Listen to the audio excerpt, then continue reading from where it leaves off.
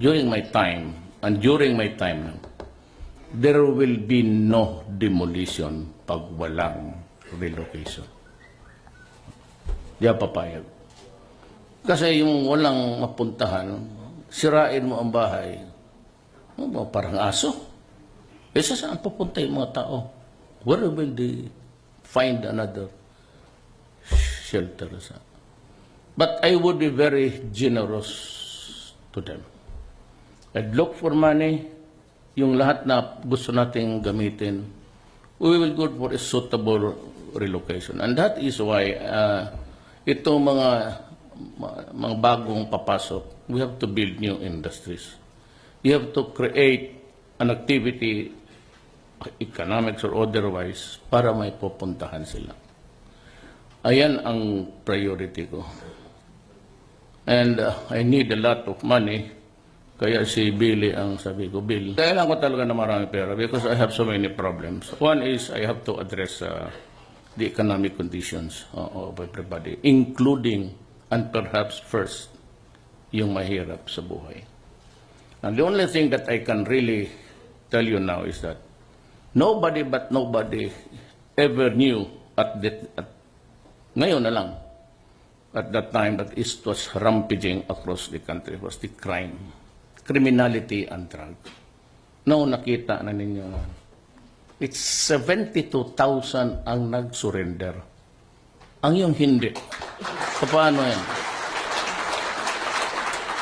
Itong krimen, hindi ako atras niyan. When I said I can afford to say in public, I will execute you. Mga Chinese dito sa Philippines, let me remind you that my grandfather was a Chinese, Lam. Ang nanay ko is a mestiza Maranao. Kasi ang nanay niya Maranao. Pero Iligan, hindi Lanao. Na itong mga nananamatay dito na unclaimed, sino mag-claim niyan? Most of them really are Chinese. That's why that's my lamentations. Sabihin ko sa China one day, bakit ganito ang sitwasyon? Why is it that hindi ko naman that you're sending, but most of the guys that come here do drugs, pati sa loob na.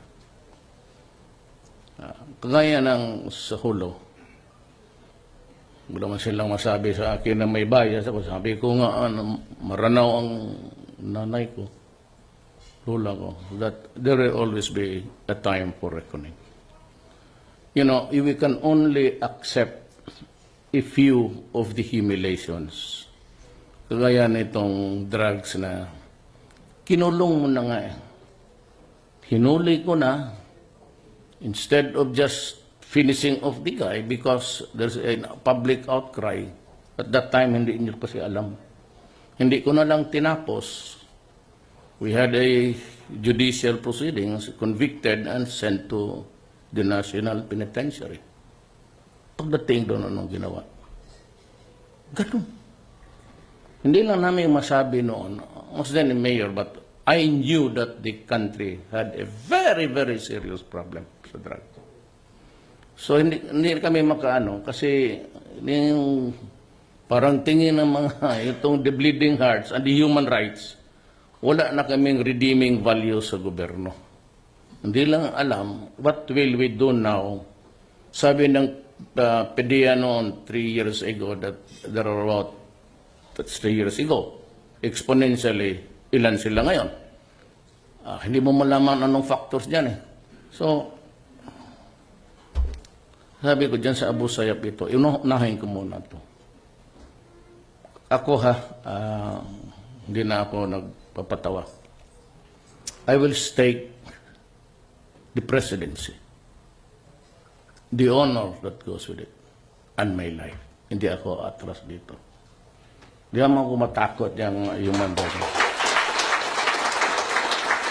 I will not allow the country go to the drug dogs. I will not allow my country to be destroyed. Why would I give you a process? I'm the president. Hindi ako nagpo-proseso. I just name you publicly because it is my sworn duty to protect the nation and tell you what the problem is and who are the people behind it. Yan ang trabaho ko. Nga sabi, magbigay ng due process.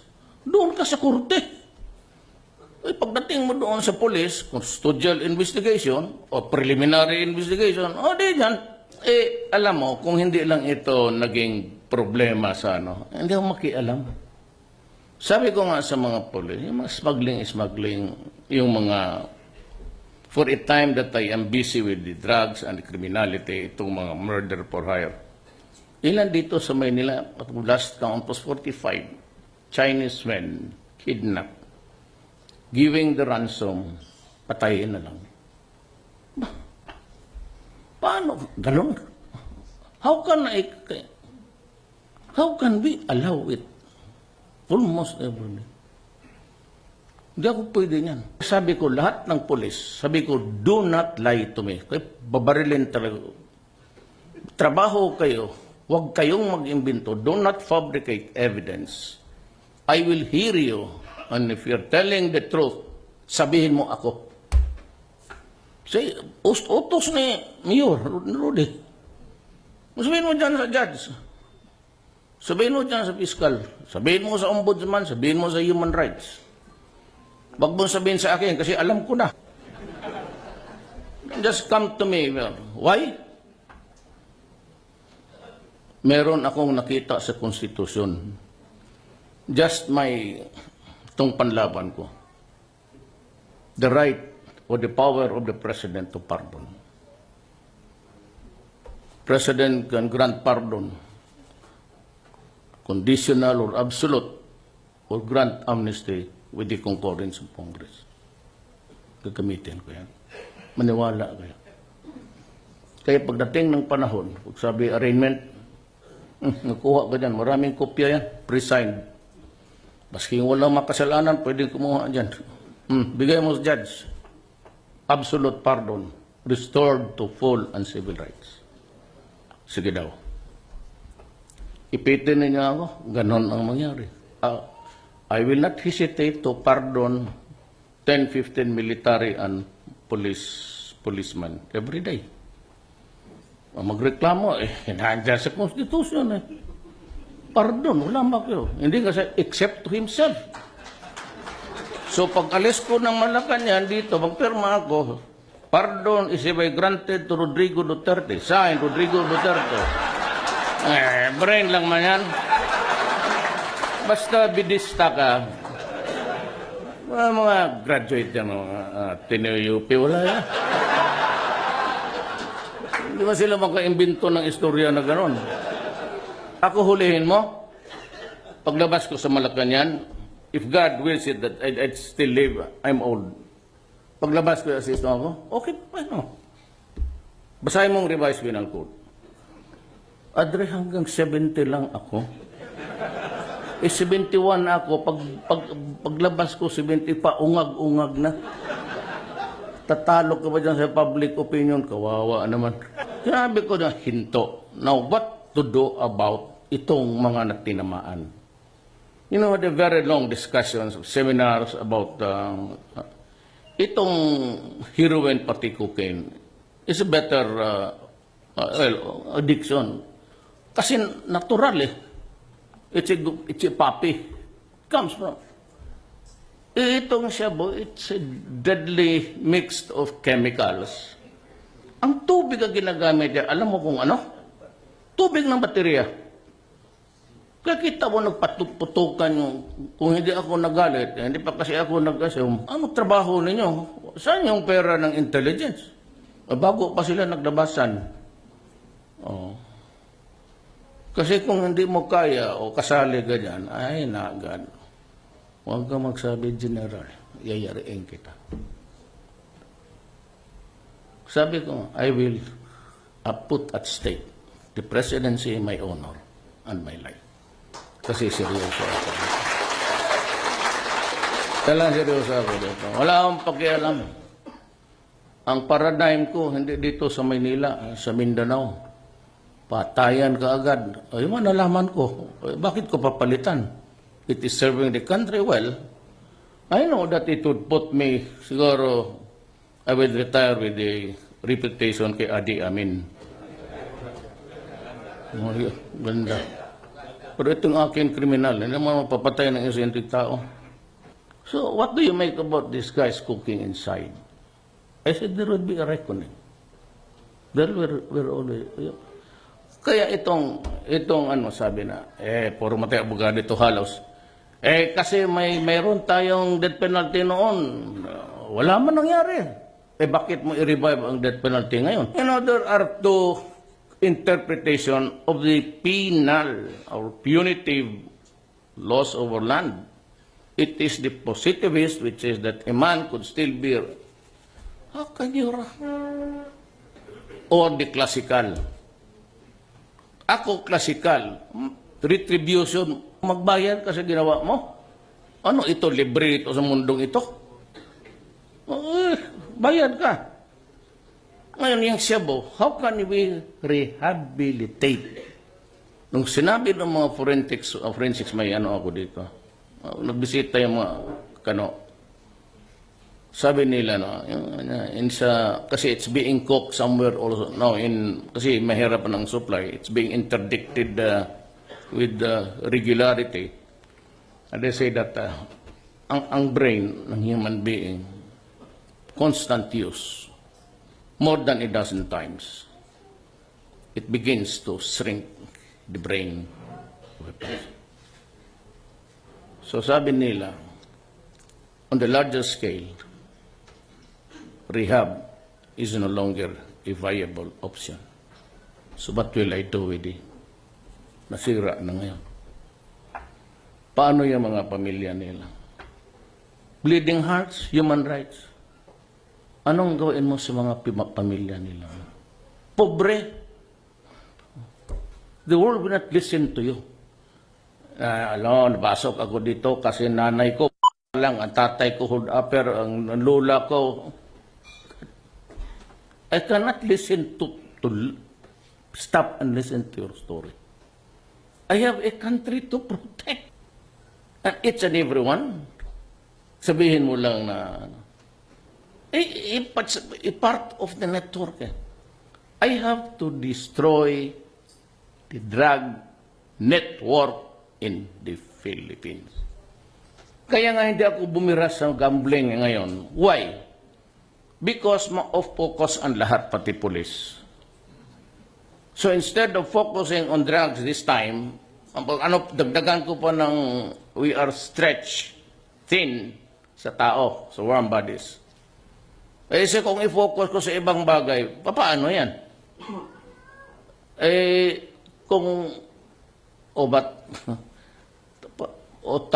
Pagkatapos itong droga, I still have a problem. May network na Hindi ko pwedeng mauna. Dublado na ang kalaban ko. Yung mga gambling network, pagka nagbakante yan, papasok ang droga. Nandyan na yung structure. Dito, tapos doon, delivery. Hindi lang naintindihan gaano ka. And look at the dimension. By the thousands mag-surrender. Could you imagine the number? I'm sure not. Why? Kasi noon, alam ko, hindi nyo talaga alam. Widespread, the dimensional, nakakatakot. Ako lang kasi I have been in politics for 30 years. Plus my stint sa prosecution, siguro mga 38? Pasurado ako as congressman, tapos naging vice mayor ako ni Inday. Plus yung 23 years ko ngayon. So alam ko yung lahat. That's why sinabi ko kay hindi naman ito na sinisiraan ko sa eskwela natin. I was called by the Senate to testify sa rice smuggling. It was Kim Henares, and you can ask her, who called me and said, Rudy, baka makatulong ka dito. So I started to smell around. My God, nobody knew David Bangayan. Except, hindi namin alam, kilala. Ito ako sa Maynila, tanong lang. At the end of the day, wala akong nakuha. Punta ako ng Aguinaldo. Pasok ako doon sa... Bigyan ninyo ako ng... wala, Mayor. Do not, huwag niya akong... Give me a picture of David Bangayan. So yung nakuha ko, pinasa ko sabi ni Enrile, do you know Bangayan ko? Yes. Can I do it? Tapos ito naman si Jinggoy, kasi nga bugal-bugalon, ang tawag dyan sa Bisaya, bugal-bugalon. Yung palagi nagluloko ba? Ano gawain mo kay...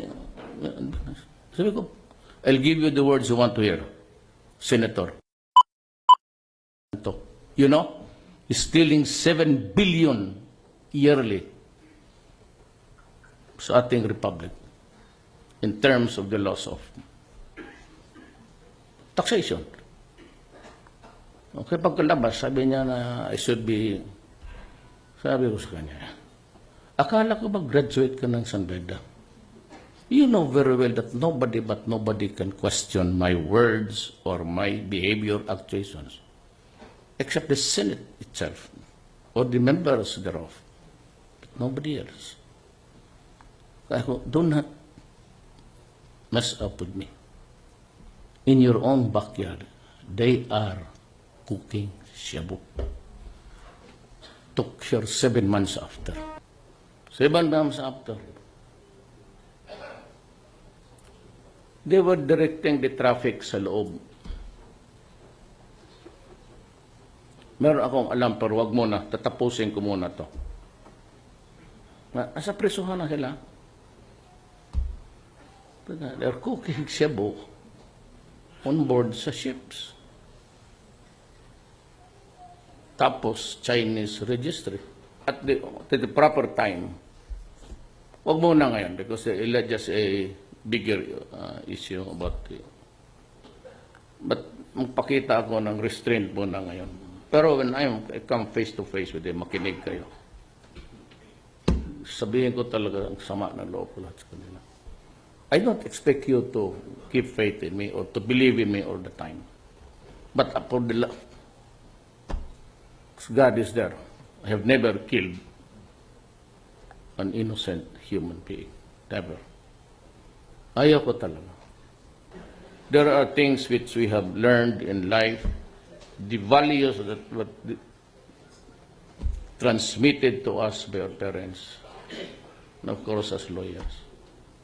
Pero I'm ready to jettison off everything that would... Basta ako, diretso ako. At the end of the day, if I turn out to be masama, so be it. If I die, suddenly, so be it. Impeach, so be it. Basta nakita ninyo ang trabaho ko at hindi ako aatras dyan. Kaya the other day, naglabas si Secretary Jokno, sabi niya na hindi matuloy yung increases ng sweldo ng mga police pati military. But I just kept quiet. But during the campaign, I really promised the police to double your salary, pati military. Why? I cannot run a country that is corrupt sa police. How will I do it? Corrupt ka. So, sabihin mo, hulihin mo. Wala, mag-uhuli. Kasali sila sa... Look at... Sabi ko nga, malalim to. Hindi, wala lang kayo manawa. Sabi ko, at that time, I was not at liberty. Ngayon may immunity ako. So, ang trabaho ko is just to inform the people the right to be heard ang public of what is happening to his country. That's the point there. I am not there to give you a process due or undue. Ang presidente is the chief enforcer of the laws of the land. And he sees to it that the public is informed of the dangers confronting his community. Yan ang trabaho ng mayor. according to the interpretation of me.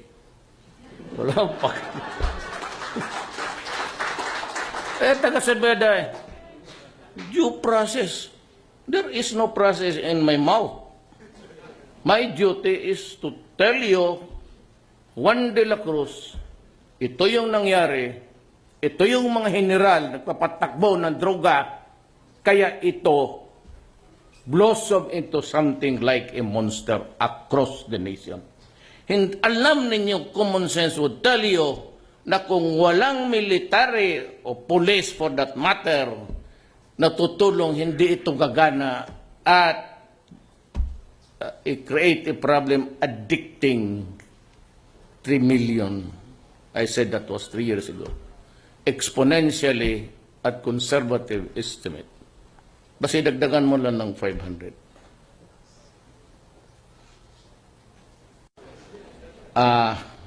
I'd like to end by saying that, there are times it's just like when I was mayor. There are times you cannot govern this country and by killing all people. It's impossible. It's well nigh impossible to do that. You're not there to kill your own countrymen. But at the stage of our life, 2016, we have a very serious problem. And there are things which I have to do because I'm the only one who can do it and nobody else. So with that long message, ako naman, sinabi ko na, everything will, wala kong inosente, wala ka talagang, like at Davao. Look at Davao now. Pira mo. Sabi nila na pinapatay ang mga tao. Well, tignan mo. Makalang. Tignan mo gaano kalinis ang Davao. Kasi sinabi ko, itong mga mayor na ito, hindi solo ang governance ko. Wala makita akong nakita. Yung mga kalsada dyan, gano'n yung mga, kung sino-sino lang magparking sa gitna pa. Well, I'll give them time. Pagka hindi, I look into the discretionary funds and their intelligence fund. That's the source of yung milking cow. Well, the others in this country, ito na ang last ko. Itong mga elitista, pati itong mga imaman, living off the fat of the land of the Philippines, walang maginawa kung hindi mag-connection nila online. Dito, magpitik man yan. So, ba't kung ang nagpusa tagalabas, hindi natin alam kung ano ang koleksyon nito ng nabili. There is no way of knowing how to collect taxes on bets outside of the Philippines. Online eh. So this has to stop. Ako dito, I'd lay down, I said, drugs, criminality, and corruption. Period talaga yan. Corruption will stop. And I will take away the privilege of mga tax exemptions na malalaki. Wala nang naman. Hindi nyo alam yung mga helicopters nila, mga aeroplano. Do not do that to me. Bayad kayong lahat. Marami dito, Gutierrez. He not only destroyed Tubay in Agusan del Norte, sa laging parang dinaro niya, wala na akong nakita. You're supposed to plant trees. Ngayon, pag wala akong makita na kahoy tumutubo dyan, I'll cancel your payment. Kung multinational ka, wala. But I do not intend to pull you down. Basta lahat, sumunod lang kayo sa batas. Walang binding, wala yung pabalik-balikin mo. Nandito man si Bingbong. Pag magpasok ang tao sa opisina, labor or what, BIR, anong kailangan ho? There should be at least 4 or 5 receptionists. Anong kailangan ninyo? Ito yung, okay. Ito ho, give him a list. A shopping list. Yung requirements. Ito ho, huwag din yung dagdagan. Huwag din yung kunan. Pag na-comply yan, isabit niya. I want it recorded. May journal. received the application of Rodrigo 34 employment in Oman. Tapos, tignan ninyo. So, it behooves upon the Chief of Office now to make the projections. Kalaki ng gasto ng gobyerno niyan. Tingnan. There should be somebody to monitor. Magsabi kailan ito. Ito ngayon papasok itong oras. Okay. I received the application at 2:30. Papirmahin mo rin siya. Dalawa kayo magpirma. Tapos, bigyan mo siya ng stub. Tanungin mo yung parang actuarial actuarial. Matatapos natin yan mga next week. Anong oras pwede? Sa hapon siguro. Be back, sulat mo. August 2 at 3:30. Pagbigay niya, ibigay mo na. Pag hindi mo ginawa yan, I have established an 888. Pag nagreklamo yan, patawag kita sa Malacanang mismo. Doon kita sipain. Maniwala. Marami na akong sinisipa. Sumisipa nga ako ng pulis. Gawin mo. So, the other day, or was it 4 days ago, may nabasa ako doon sa ano. Kakasabi ko lang sa inaugurational speech ko. Huwag na ninyong piku-pikuin. Ilang beses niya wala ang Chief of Office. Kaya I would tell the public, ipalagay ko doon, that I will go for your dismissal from government. You must be there. I do not, lahat yung mga government, after lunch break, wala na yan. Pasyal-pasyal na yan sa Mongol. Well, kahapon yun, panahon ni Magellan. Wala na yan. Panahon ng Juan de la Cruz ngayon. Hindi ako, kita mo ito mga bright, bit, ito si puro, ako ang inassemble ko dito are men of integrity and competence. Puro halos valedictorian. Ako lang ang 75 dyan eh. Ay, totoo. Hindi ako lumampas dyan sa 80. Hindi ako nakabreach sa 80. Yan, alam mo? Sa College of Law na lang. Kasi patay na ang tatay ko. He died when I was studying. Kaya got me nervous. Kaya ako overtime na sa sinong maniwala kay Bernie Fernandez. Totoo, tingnan mo record. 95. Salamat.